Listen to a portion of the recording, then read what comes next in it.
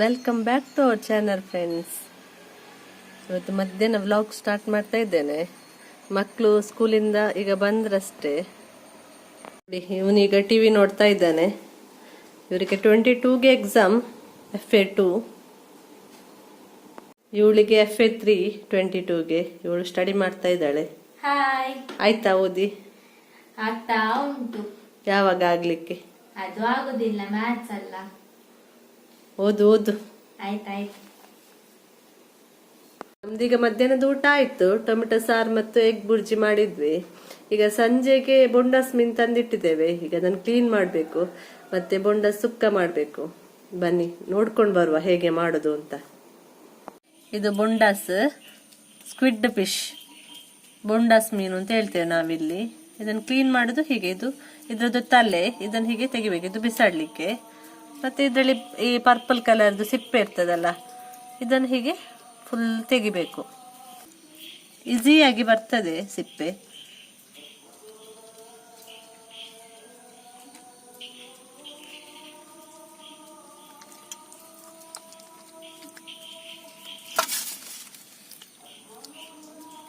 ಹೀಗೆ ವೈಟ್ ಕಾಣ್ತದೆ. ಈಗ ಕ್ಲೀನ್ ಮಾಡಿ ಆಯ್ತು. ಈಗ ಇದನ್ನು ಸಣ್ಣ ಸಣ್ಣ ಮಾಡಿ ಕಟ್ ಮಾಡಬೇಕು.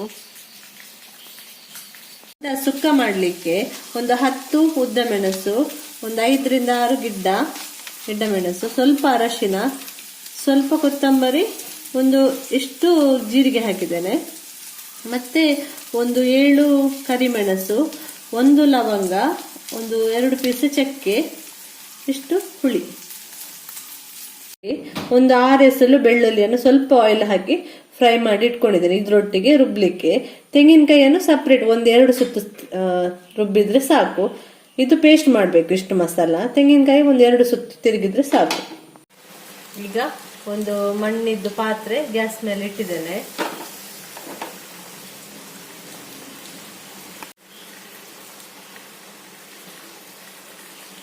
ಈಗ ಇದಕ್ಕೆ ಒಂದು 4 ಸ್ಪೂನು ತೆಂಗಿನೆಣ್ಣೆ ಹಾಕ್ತಾ ಇದ್ದೇನೆ.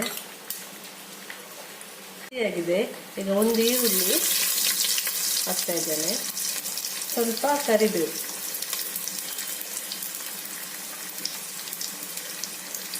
ಈರುಳ್ಳಿ ಸ್ವಲ್ಪ ಫ್ರೈ ಆದಾಗ ನಾವಿಲ್ಲಿ ಕಟ್ ಮಾಡಿ ಇಟ್ಕೊಂಡಿರುವಂತಹ ಬೊಂಡಸನ್ನು ಹಾಕುವ.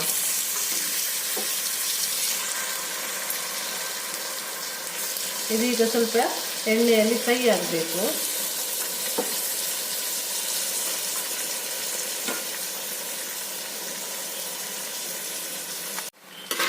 ಇದಕ್ಕೆ ನೀರು ಹಾಕ್ಲಿಕ್ಕಿಲ್ಲ. ಇದೀಗ ಬೇಯುವಾಗ ನೀರು ಬಿಡ್ತದೆ, ಇದೇ ನೀರು ಬಿಡ್ತದೆ. ಇದು ಹೀಗೆ ಇರ್ತದಲ್ಲ, ಇದು ಬೆಂದಾಗ ಹೀಗೆ ಆಗ್ತದೆ.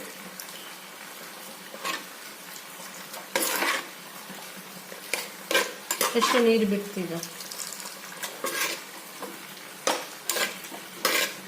ಇದೀಗ ಬೇಯಬೇಕು, ಸ್ವಲ್ಪ ಹೊತ್ತು ಬೇಯಲಿ.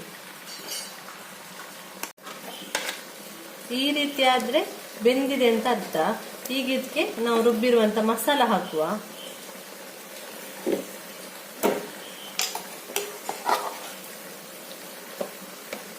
ಖಾಲಿ ಮಸಾಲ ಮಾತ್ರ ಈಗ ಹಾಕ್ಲಿಕ್ಕೆ. ತೆಂಗಿನಕಾಯಿ ಮತ್ತೆ ಇದು ಮಸಾಲದ ಜೊತೆ ಒಂದು 5 ನಿಮಿಷ ಬೇಯಲಿ.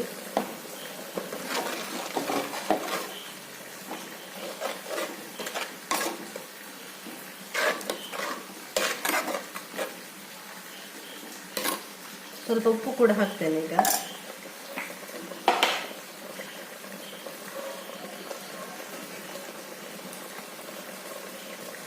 ಎಲ್ಲ ಹಾಕಿದ್ದೇನೆ. ಈಗ ಒಂದು 2-3 ನಿಮಿಷ ಬೇಯಲಿ ಇದು ಮಸಾಲ ಜೊತೆ. ಮತ್ತೆ ತೆಂಗಿನಕಾಯಿ ಹಾಕುವ.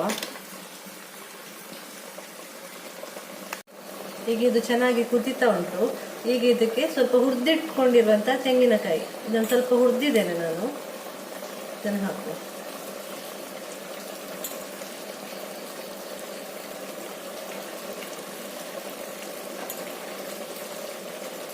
ಇದೀಗ ರೆಡಿ ಆಯ್ತು ನೋಡಿ. ಇದಕ್ಕೀಗ ಕೊತ್ತಂಬರಿ ಸೊಪ್ಪು ಹಾಕುವ ಕೊನೆಯಲ್ಲಿ.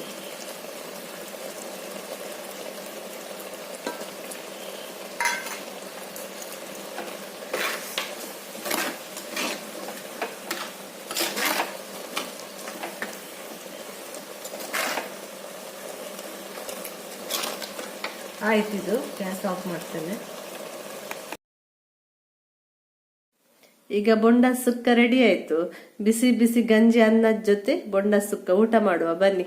ಇವತ್ತಿನ ವ್ಲಾಗ್ ಇಷ್ಟ ಆಗಿದ್ರೆ ಲೈಕ್ ಮಾಡಿ, ಶೇರ್ ಮಾಡಿ, ಸಬ್ಸ್ಕ್ರೈಬ್ ಮಾಡಿ, ನಿಮ್ಮ ಅನಿಸಿಕೆಗಳನ್ನ ಕಮೆಂಟ್ ಮಾಡಿ ತಿಳಿಸಿ.